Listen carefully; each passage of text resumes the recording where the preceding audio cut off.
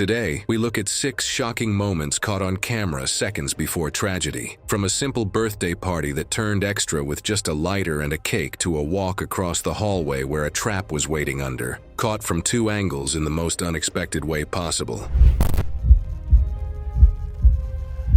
It was March 14, 2014, in a quiet residential neighborhood in Braga, Portugal. Inside the Ferreira family home, the kitchen and living room had been opened into one large space, warm with people and conversation as relatives and longtime friends gathered for an evening celebration. Marco Ferreira, 54, had worked construction in Braga for nearly 30 years. Steady, physical work that rarely left room for complaint. At family gatherings, he usually sat slightly apart from the loudest part of the room, drink in hand, content to watch everyone else enjoy the evening. His wife had learned long ago that if she didn't organize his birthday herself, it would pass like any other day. That morning, Marco had told her he didn't need a party. She organized one anyway. The kitchen ran along the back wall of an open-plan space, separated from the living area by a wide island counter. Marco sat at the near end of the island, close to the stove. Clara had been in and out all afternoon, preparing food, setting dishes out, leaning across the counter. The windows stayed closed against the March chill. The vent hood above the stove had not been switched on all evening. By 7, the space was full but comfortable, warm air heavy with the smell of roasted meat and hours of cooking. One of Marco's cousins had been recording short clips on her phone throughout the evening. People laughing, the cake being taken out of the refrigerator. Marco sitting at the island with a drink in front of him, smiling at something just outside the frame. Investigators later determined that one of the rear stove knobs had been left partially open earlier in the afternoon. The stove ran on bottled gas. With the windows closed and the vent hood off, gas continued leaking into the enclosed kitchen for nearly an hour. No one in the room recognized the smell of gas. A few minutes later, one guest briefly asked Clara to check the stove. She checked the front burners, saw nothing, and went back to the table. Clara brought the cake to the island and set it down in front of Marco. The room settled. Phones were raised to capture the moment. Marco's cousin resumed recording. Marco looked at the unlit candles with a small, reluctant smile. Clara picked up a long lighter from beside the stove. She pressed the trigger once. Nothing. She pressed again. A small flame appeared at the tip. She lowered the flame toward the first candle. The ignition was immediate. A sudden pressure blast moved through the kitchen. Chairs overturned and glass shattered across the kitchen. The island shifted on its base. For several seconds, the room was filled with dust and debris. Guests lay scattered across the floor before the shouting began, and people started calling for help. Paramedics arrived shortly after the emergency call. Clara was on the floor near the island, conscious, cradling her hands. 2 others were disoriented but stable. Marco was still on his stool, slumped forward, hands flat on the counter. The paramedics worked on him for nearly 20 minutes. He was pronounced dead at 7:54 p.m. Fire investigators later determined that bottled gas had been leaking from a partially turned rear burner for nearly an hour inside the closed kitchen. The ignition occurred when the lighter was used to light the birthday candles. The medical examiner later ruled that Marco Ferreira died from fatal blast injuries sustained during the explosion. Investigators confirmed the sequence using both the recorded footage and the physical evidence at the scene.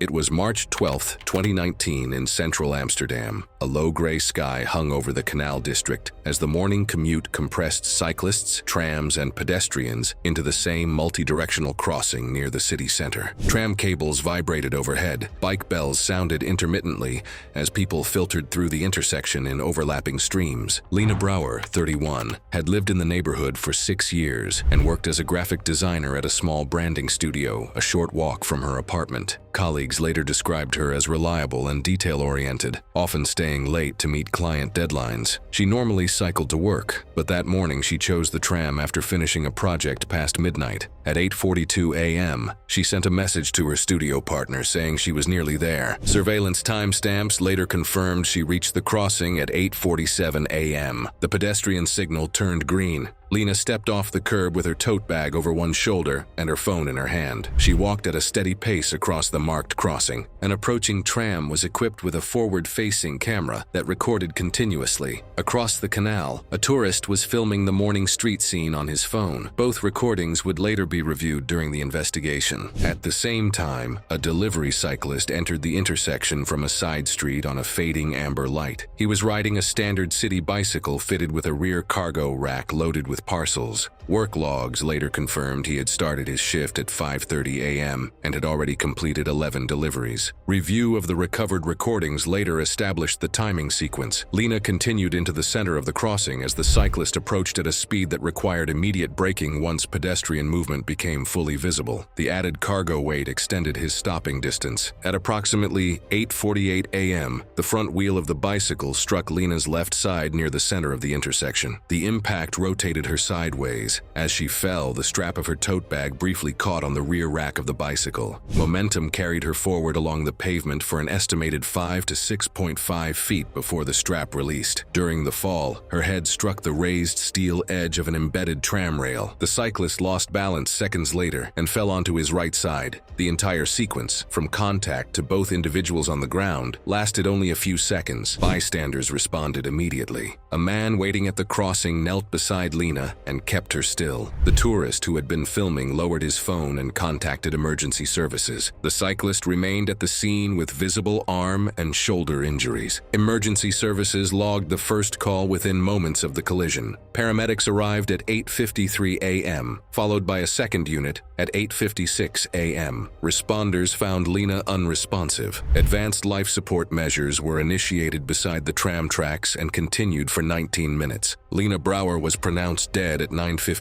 a.m. at the scene. The official cause of death was severe traumatic brain injury resulting from blunt impact with the tram rail edge. The manner of death was ruled accidental. Investigators analyzed the tram camera recording and the tourist's phone footage frame by frame. The combined recordings documented less than 30 seconds between Lena stepping into the crossing and the collision. In those final seconds, traffic patterns appeared routine, and the risk was not immediately apparent without hindsight. Prosecutors later charged the delivery cyclist with negligent driving resulting in death.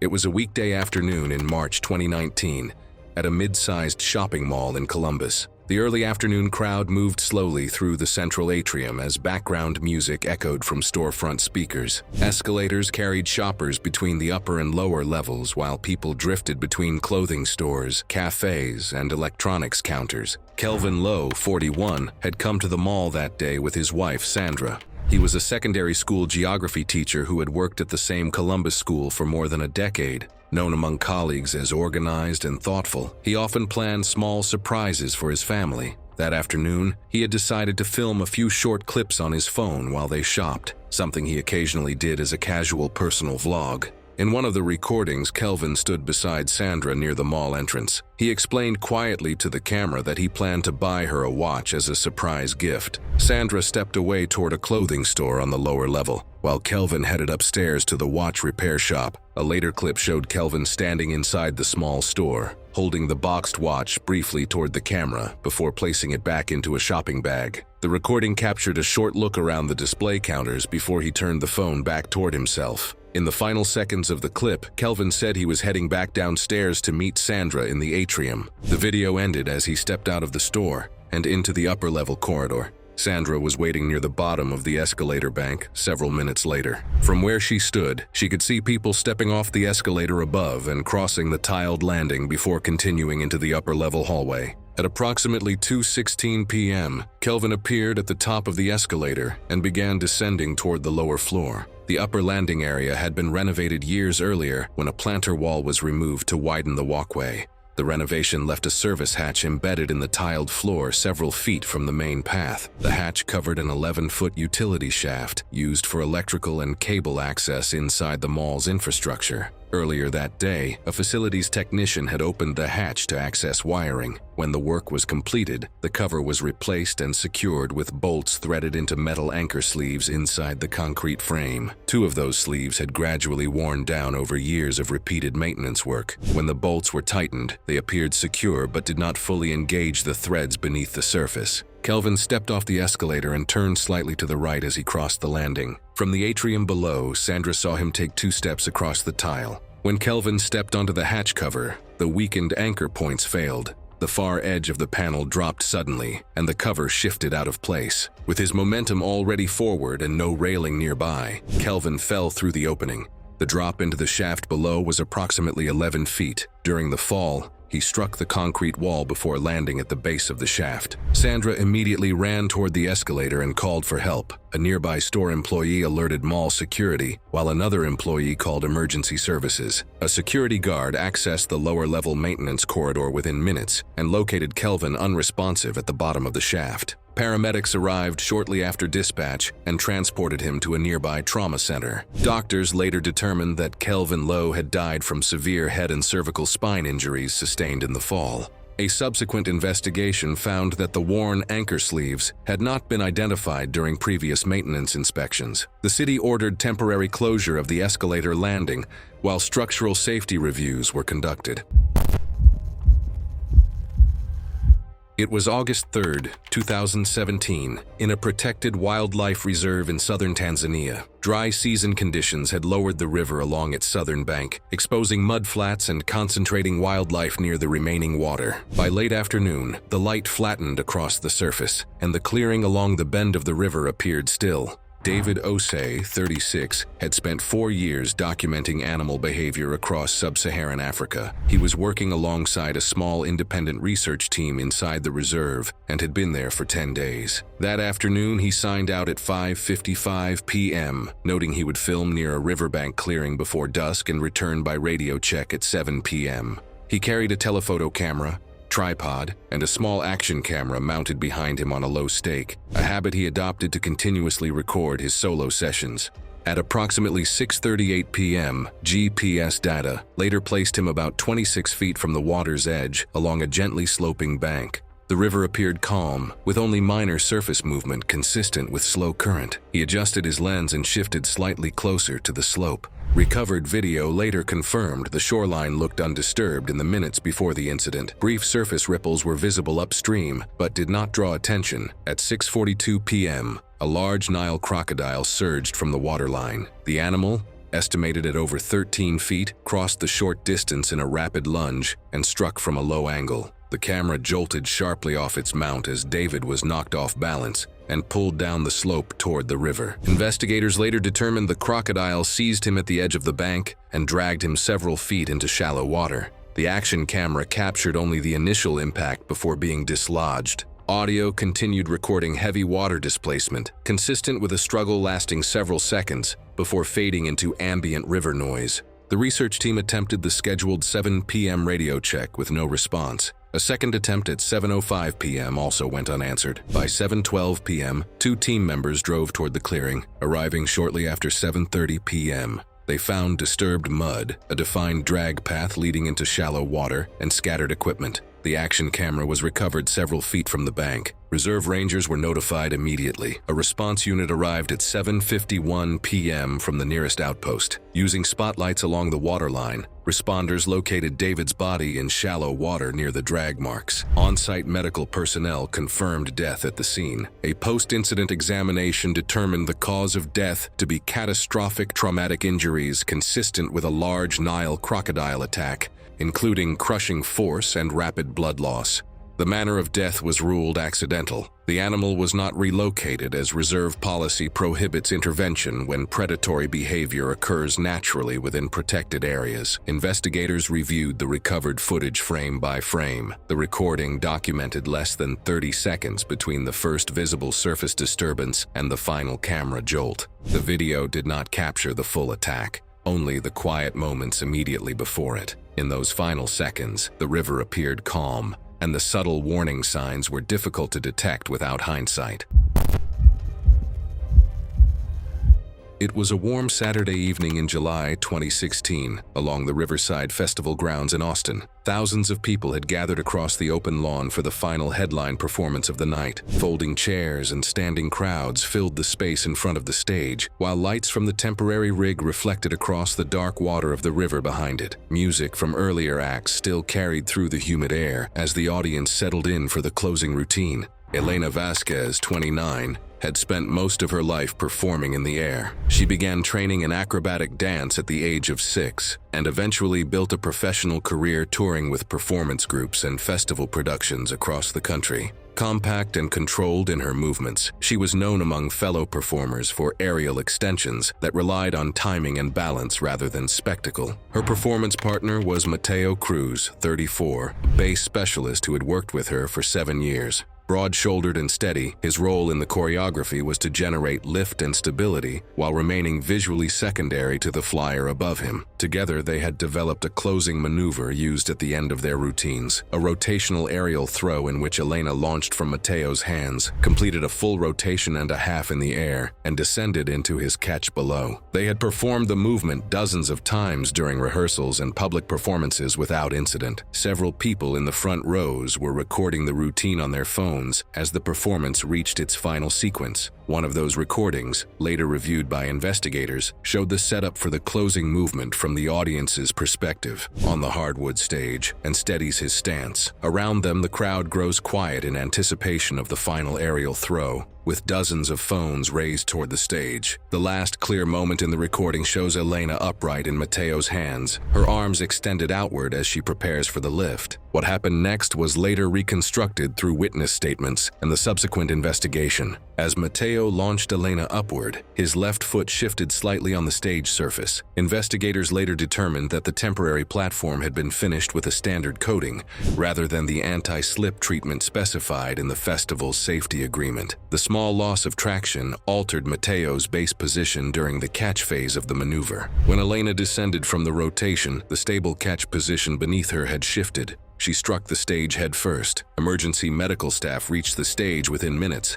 Elena was unresponsive and was intubated before being transported by air to a trauma center in Austin. Hospital imaging later confirmed catastrophic brain injury caused by the impact. Elena Vasquez was pronounced dead later that evening. A subsequent safety review determined that the incorrect surface treatment had been applied during construction of the temporary stage platform. Investigators later examined several audience recordings frame by frame. Those videos captured the final seconds before the aerial throw. Elena balanced above Mateo's hands as the audience watched, moments before the sequence that ended the performance.